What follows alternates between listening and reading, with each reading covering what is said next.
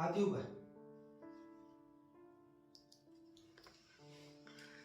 नमस्कार. नमस्कार साहेब. रामभाऊ बोला ना. आज इकडं अहो जरा कर्ज पाहिजे होतं. अहो तुम्हाला कर्जाची काय गरज? अहो तुमचा तर आत्ता मुलगा नोकरीला लागला ना शिक्षक म्हणून.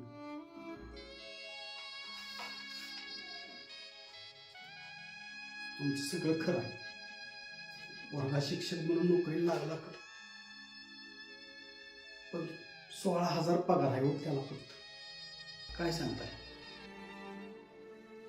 मला वाटलं चांगला 50-60 हजार रुपये पगार असेल त्याला.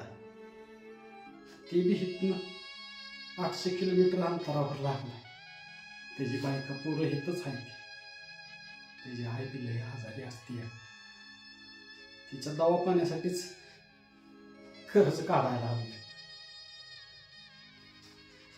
जमीन घाण ठेवून घ्या पण कर्ज द्या. अहो पण जमीन घाण ठेवून पैसे हो का? जमिनीची कागदपत्र आहे द्या.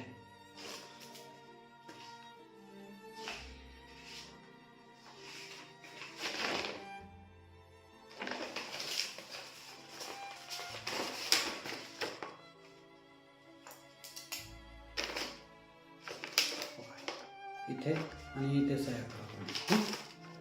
बाकी मी बघून घेतो. लय उपकार होत्याला बघा तुमचं.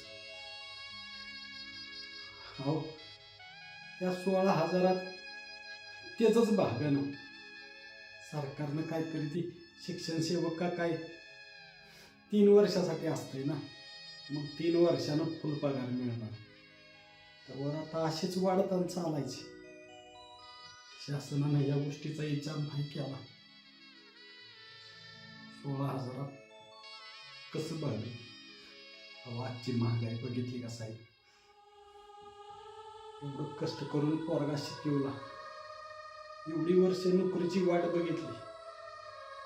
आज 35व्या वर्षी पोराला नोकरी लागली. 3 वर्ष 16,000 कसं काढायचं माझंच मला कळलं ना हो. 2 लेकरं पदरात आहेत, बायको आहे आणि आम्ही दोघं. आता काय मला कष्ट होतंय